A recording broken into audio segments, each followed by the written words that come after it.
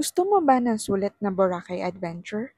Tara, samahan niyo kami sa aming Boracay Land Tour. Ikutin natin ang magagandang tourist spot at beaches dito sa Boracay. Ready na ba kayo? First stop is Mangrove Eco Park. Dito makikita ang mangrove forest. Super important na to sa ecosystem ng Boracay dahil sila ang natural flood control at tahanan ng mga baby fish at crabs. Meron din ditong human drone experience. Tuturuan ka nila mag-pose at paano gumalaw for the aerial style shot. Uploaded na yung human drone video namin dito. Mag-reddit ka lang ng pang-tip sa kukuha ng video. Our next stop is Balabog Beach. Isa to sa mga hidden gems ng Boracay. Mas tahimik siya compared sa White Beach.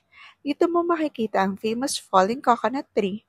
Marami nagpapapicture dito kaya naghanap kami ng solo spot na pwede kami magpicture. Pwede ka rin mag-swimming dito kung gusto mo. Meet our tour guide si Kuya JV.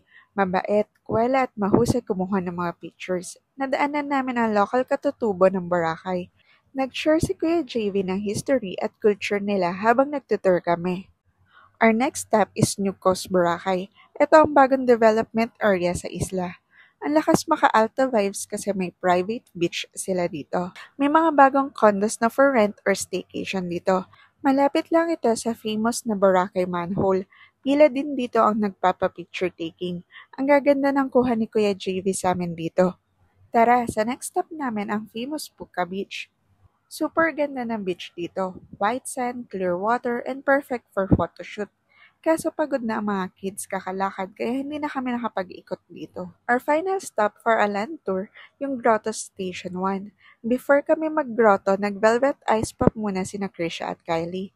Sa grotto maganda pumunta kapag low tide para makaakyat ka. Natapos ang land tour namin ng 11:30, sakto sa lunchtime. Sulit na sulit ang land tour lalo na kung first time mo sa Boracay. Nakakapagod man pero worth it sa new memories na may mag-iina.